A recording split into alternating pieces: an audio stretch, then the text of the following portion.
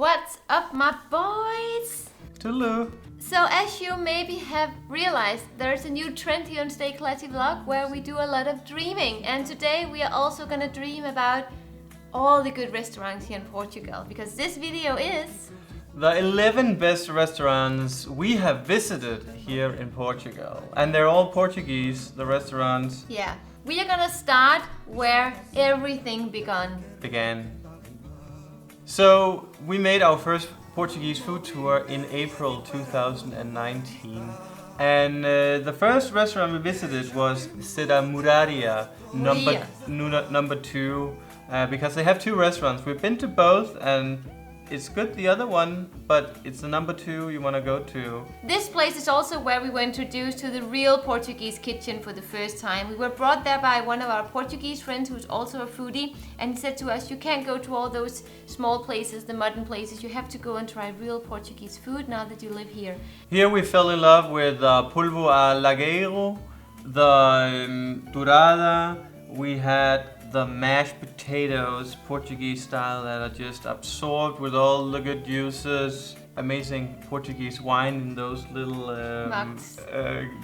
carafe? What is the word? Carafe? I love that because no one is keeping tab on you how much you're drinking because it doesn't have a measure. This is a restaurant where you have TVs on the wall, and although I hate that because I think restaurants should be all about the food, there's something comforting, and you get this feeling that you are in the comfort of a Portuguese family's home. One of the fun things about this restaurant is that it does feel like it's made with love by an old Portuguese lady, but then when you look in the kitchen, it's all young men who is running the restaurant. And I mean, a man at 30 years old, you would not expect that it was him cooking this home comfy food. Get the churrasco no piano, which is literally a piano of meat. It's amazing. The next one is located far away from everything in the middle of nowhere in Alentejo. It's located in Beja.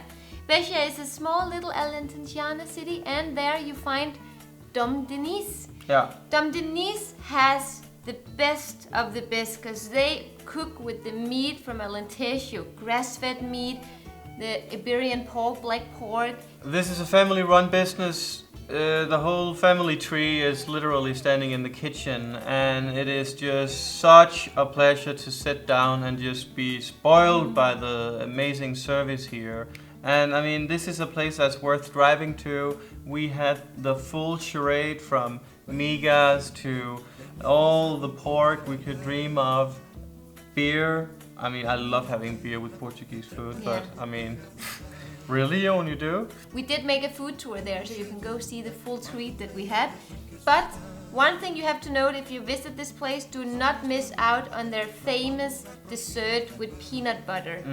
This dessert is like a peanut mousse, and it tastes like fluent sneakers. It's so good. When you enter this restaurant called PABE in the Buttercup of Lisbon Center, you enter a world of gangsters, a classy gangster world, in a really cool restaurant that used to be the hub for all the politicians to go eat. It looks like an old school pub, but it is a restaurant, and the food there, my God, it's delicious.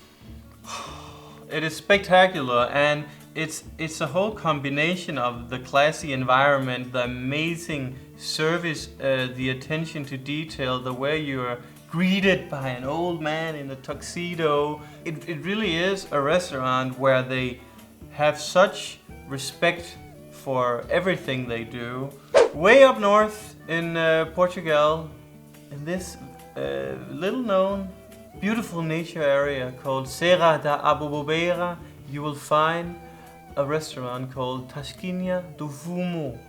If you can find the restaurant, because this restaurant is in the middle of nowhere. In the kitchen where we entered through, you see the mother, the sister, and their 2 daughters just cooking this old school food over open fire and in a stone oven. It was like the most old school food I've had my entire life. This was like how I imagine they made food back in 1312. It is with the very basic ingredients: fire over wood, like a homemade oven. everything was just so authentic. It was a true experience to explore how they were making this food, because the fact of the matter was that this food was some of the best we've had in Portugal. I felt like I was in a scene of The Hobbit or something. It was just amazing. Yeah, I mean, this is what Portuguese food is all about, and that's why we are going to explore a lot more of the northern part of Portugal. In our backyard here in Ajuda and Belém, we have 2 restaurants actually. We always are conflicted about which one we should pick because both of them are amazing. The first one is located down at Belém, where all the tourists are and all the trams are, but on a little side street, and it's called Taberna dos Ferreiros.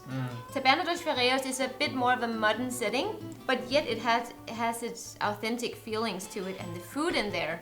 I mean, that's what you come for, the food, obviously. But it's just every single item on the menu is perfect. I mean, it's not like some restaurants where you have to get this and that to really enjoy it. Here it's just no matter what you pick on the menu, it's amazing. But I would go for the arroz de pato, the ossobuco, the meatballs. The meatballs. I mean, the tempura. Oh my god. Actually, I can't say what you should go for. I mean, everything is just so fantastic, and it's price friendly.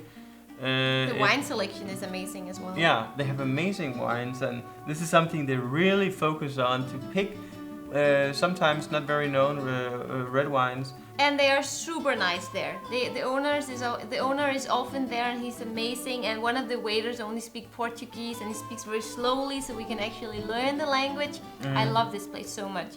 We shift between Taberna dos Ferreiros and Mestrias. Mestrias it's literally around the corner, 200 meters from our home. We've been there quite a lot. And that is just because the food is so freaking amazing. They do have a bit of a focus on the Alentejo food, so you can get your migas there. But they also have all the traditional Portuguese dishes that you want to eat, even though the place looks quite modern. So you will still have your arroz de pato, you will still have your letao, you have all these really delicious meat dishes. Freaking love this place. Yeah, I mean, it's cheap, it's typical, and it's made with love, and it's such friendly. The staff is so friendly, and during the summer or the warm days, they have this little outdoor area where you can sit on the most amazing square in Ajuda. But one thing we have to recommend on Mestrias is that you cannot visit Mestrias without having the bochechas, which means pork cheeks. They slow cook these bochechas in red wine and beer, and very pungent flavors are going on there, and it's so tender and delicious. And then they serve it with, you can pick between 2 rice, but you can get both of them, and you should, because it's like the bloody rice, red rice, and then you have the yellow rice, which is really amazing, amazing. We're not done with the bochechas, because 1 hour and 5 minutes south of Lisbon, you'll find a beautiful little town called Alsacer do Sal. It's such a charming town, so you have to go there even if you're not hungry. We're gonna stay there for a couple of nights at some point, because it has a lot to offer. And this restaurant here, it's called Taberna dos Esquina. I mean, as soon as you enter the indoor part of the restaurant, it's so charming, and the smell of the food is amazing. And they also have the bochechas that has been in the oven cooked for hours. And then they have a lot of good Portuguese pork from Alentejo, where this is located. So you get really good ingredients, very simple but delicious, cooked and prepared, and we had the best beans I've had my entire life there as well. Oh my god, it was so good. I mean, this is just one example of a restaurant we find in the middle of nowhere, and this is why the restaurants we mentioned here, there are probably thousands of them just as good, and that's why it's such a pleasure to always go to whatever town or city and then just find these little treasures. And speaking of treasures, some of them are more discovered than others. Yeah, because the next restaurant we're gonna talk about, I think all tourists have heard about this restaurant because it's a very, very famous touristy restaurant. It's called Ramiro, and it is, our opinion, the best seafood restaurant in Portugal. But a lot of our Portuguese subscribers said to us, you have to go out to Sesimbra, Setúbal, go somewhere else to get your seafood because it's better. We did that, but Ramiro is still our favorite Yeah. seafood restaurant. Yeah. You enter this restaurant and it's so busy and it's so crowded, and you feel like you are sitting on an old on an old school fish market where they just like take the food from the ocean directly to the plate. Yeah. And a lot of hustle and bustle is going on. You even have to stand in line to enter the restaurant because it's so Popular. busy. Spoil yourself with all the things they recommend because they know what is The best on the Yeah. menu card that day and that season. It's definitely to the more expensive side when you compare it to a lot of other Portuguese restaurants, but it is a treat and you will not regret it. This restaurant we don't have any photos or videos of because we went there without the camera. It's called Botequim da Mouraria, and this is in Évora, absolutely beautiful town, straight east of Lisbon, 1.5 hours. And this restaurant was amazing. When you first enter, it looks like a snack bar or a normal bar, wine bar, because you only have like a counter with 9 seats, and the setting is like old school, beautiful wooden furnitures. And then you sit, and then you all of a sudden realize, okay, this smells way too good to be just for alcohol.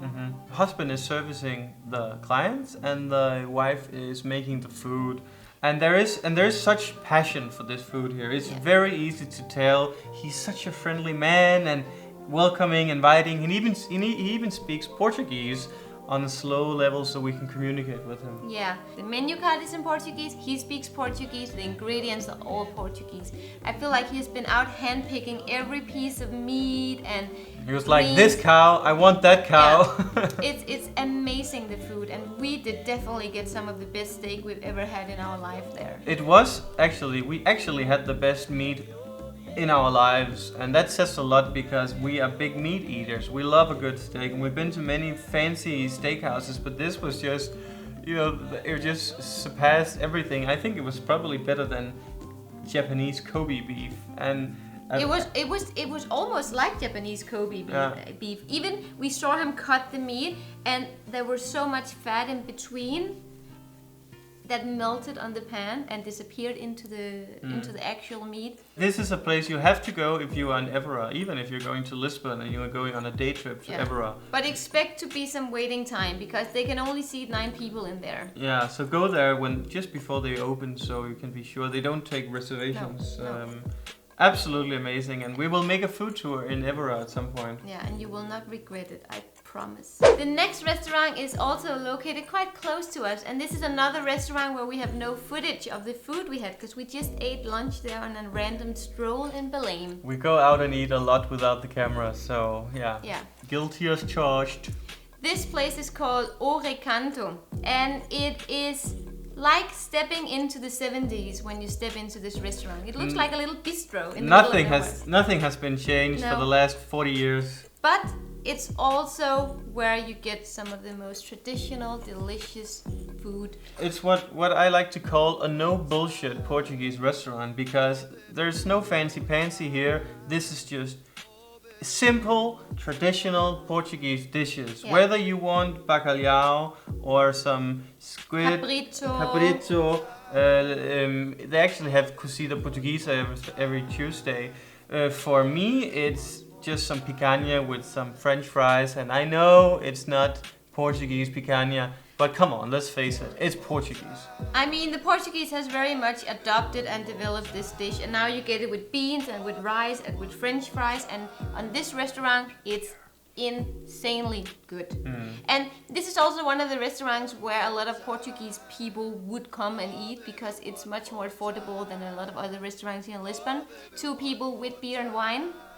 It's around like 22, 25 It's euros. super cheap, even though it's in Belém, which is generally an expensive area. The 11th restaurant is different from every other of these restaurants because Very different. This is Belcanto, and this is a super fine dining restaurant, and It's a 2-star Michelin restaurant actually, and it's owned by the Estrela of Portugal.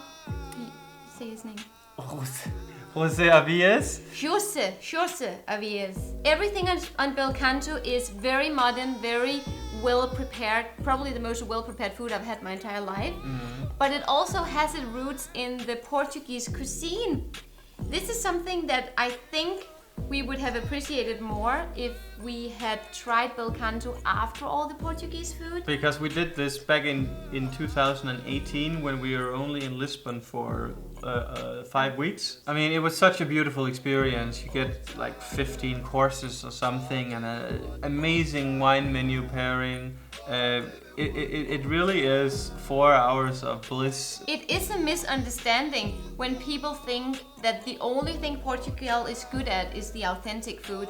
The authentic food is amazing here, but Portugal, they can do much more than just authentic cuisine. Yeah. And I feel like they haven't really been recognized for this level of creativity yet, like the Italians or the Spanish or the French has. But they are up there, they are in the exact same league. Yeah. So we need to share that with the world, because Lisbon is becoming a hotspot for fine dining enthusiasts. Yeah. And there are so many amazing restaurants here in Lisbon that we have yet to experience. We have to try Loco, we have to try Elma. Yeah. And I want to go back to Land Vineyard.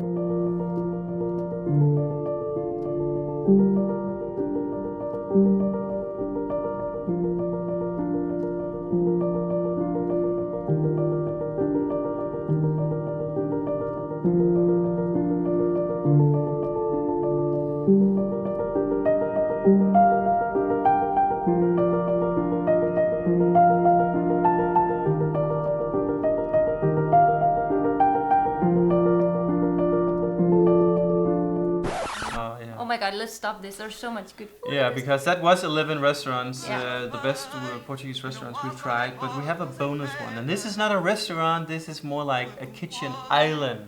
Madeira, they have so much delicious food, whether you want a meat skewer from the land or some fresh fish caught directly out of the ocean. And my favorite thing to eat on Madeira is, wouldn't you know it, a banana. Because they have the sweetest, best, smallest, cutest bananas on earth on Madeira. And they make it in so many different ways. We had espada con banana, which is fish, and banana, which is, for me, when I tried it the first time, a very strange combination. It was so nonetheless, amazingly tasty.